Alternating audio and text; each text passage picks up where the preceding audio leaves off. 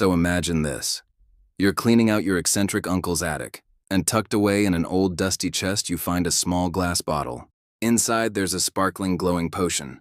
Attached to it is a handwritten tag that says if you drink this liquid, you'll become immortal. Not only will your body be frozen at its current age, but you'll also be immune to all diseases and serious injuries. Basically, nothing could kill you, and the effects would be final. No going back.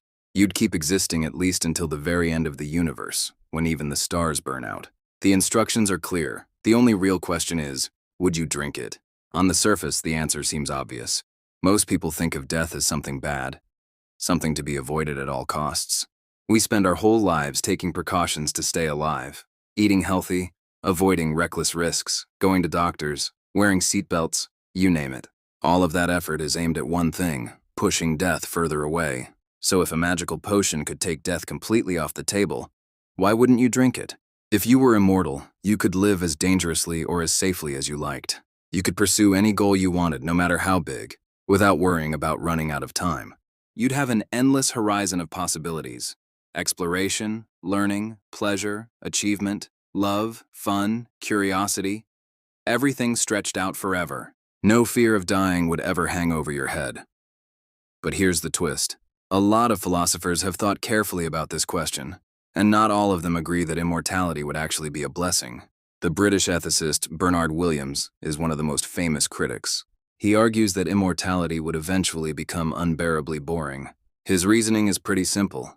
Things you enjoy now only feel special because they're limited. Think of chocolate truffles. The first one tastes amazing. The second is still good, but by the time you've had 10, you don't even want to see another one. If you ate them every single day forever, you'd probably grow sick of them completely. Williams says life works the same way. The more you repeat your favorite activities over centuries or millennia, the less pleasure you'd get from them.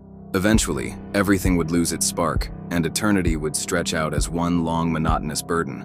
But not everyone agrees with Williams. Philosopher John Martin Fisher argues that some experiences do fade with repetition, but others don't. Think about watching a beautiful sunset, or listening to a piece of music that moves you deeply. Would those really get old, even after thousands of years? Fisher points out that human beings already forget a lot over the course of a single lifetime. So even if you did get bored of something, after a few centuries you might rediscover it, and it could feel fresh again. And even if some pleasures do fade, there are plenty of pursuits that seem practically endless. For example, Fisher and Benjamin Mitchell Yellen note that even with infinite time, you'd never finish reading every novel ever written, especially as new ones keep coming out. And philosopher J.J. Wisniewski imagines an immortal musician who learns to play every instrument in the world, including ones that haven't even been invented yet. That alone could keep someone busy for centuries. And those are just personal hobbies. Think bigger. An immortal person could dedicate themselves to causes larger than themselves. They could spend centuries working to cure diseases, advance technology, protect the environment, or fight for justice in different eras. Since human culture is always shifting, there would always be new challenges and new projects to take on. So maybe the boredom problem isn't as hopeless as Williams makes it sound. But there's another angle. Instead of looking for novelty in the outside world, maybe you could find it within yourself. After all, people change throughout their lives already. Imagine having centuries to reinvent yourself. You could spend decades painting, then switch gears and become an astronaut, then later train as a chef, then a farmer, then a philosopher. Each reinvention would open up a whole new set of experiences, communities, and challenges.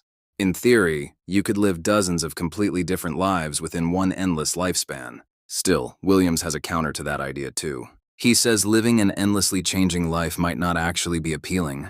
To keep things exciting, you'd have to constantly shift your identity, your values, and your ambitions. But would that even feel like you anymore? Over a long enough timeline, you might end up in conflict with your past selves, living in ways that your old self would never recognize or approve of. In a sense, the person you are right now might die anyway, replaced by someone totally different, who just happens to inhabit the same immortal body. So the question becomes, would you even care about your survival if your core sense of self kept dissolving and reforming into someone unrecognizable? And then there's the classic objection, outliving your loved ones. Imagine watching your family, your friends, your partners, all the people you care about, grow old and die, while you stay the same age, untouched by time. That kind of grief, repeated over and over for centuries, could weigh heavily on anyone. Some people argue that the emotional cost alone would make immortality unbearable. Philosopher Samuel Scheffler adds another layer to the problem. He argues that our values and sense of meaning come precisely from the fact that time is limited. Knowing we don't have forever forces us to decide what matters most. Scarcity makes experiences valuable. If you had unlimited time, nothing would feel urgent. You could always put things off for tomorrow, or next century, or next millennium. And if nothing feels urgent, nothing feels meaningful. From Scheffler's perspective, immortality doesn't just risk boredom. It undermines the very foundation of a meaningful life. So where does that leave us? On one hand, immortality promises endless experiences, infinite opportunities, and freedom from the fear of death. On the other hand, it threatens monotony, loss of identity, emotional suffering, and maybe even a collapse of meaning itself. Some thinkers see eternal life as the ultimate gift, while others see it as the ultimate curse. But maybe the truth lies somewhere in the middle. Even if an eternity of existence might eventually wear thin, a couple of centuries of learning, loving, creating, and savoring chocolate truffles doesn't sound too bad, does it? Maybe the question isn't just would you drink the potion, but also for how long would you want it to last? So, if you were standing there in your uncle's attic, holding that sparkling bottle in your hands, staring at the promise of forever, what would you do? Would you drink it,